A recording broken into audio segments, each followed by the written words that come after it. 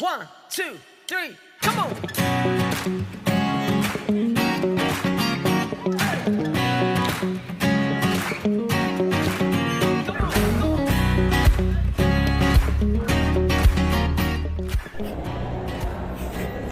Gagi, late ka din? Eh, gogi yun ang oras na. Late ka rin pala.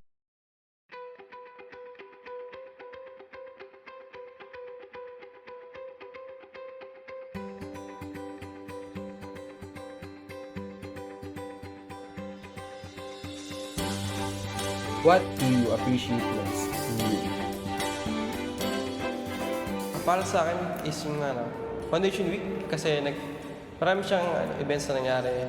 Lalo sa General Assembly, marami siyang nangyari. Tulad ng activities na salihan ko, katulad ng arcade at yung pagsayaw tulad ng saging-saging. Yun. Para sa akin naman po, ang welcoming po kasi ng EA community and considering po yung mga teachers.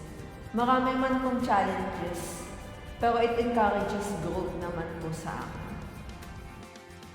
What I really appreciate most about you, yung mga pasilidad nila. Ang tahimik ng mga library, ang bibilis ng wifi, tapos may mga spots ka rito na pwede ka talagang makipag-hangout sa mga friends. Ano nga ba, Fe? So, ang pinaka-appreciate ko sa UE is yung lahat ng nakasama ko since first year until now. It really felt like home here at UE. Sa akin nagustuhan ko, katulad din ng Howell, hindi sila judgmental. Pwede ka maging kung sino mo gusto dito sa university na to. Walang husga.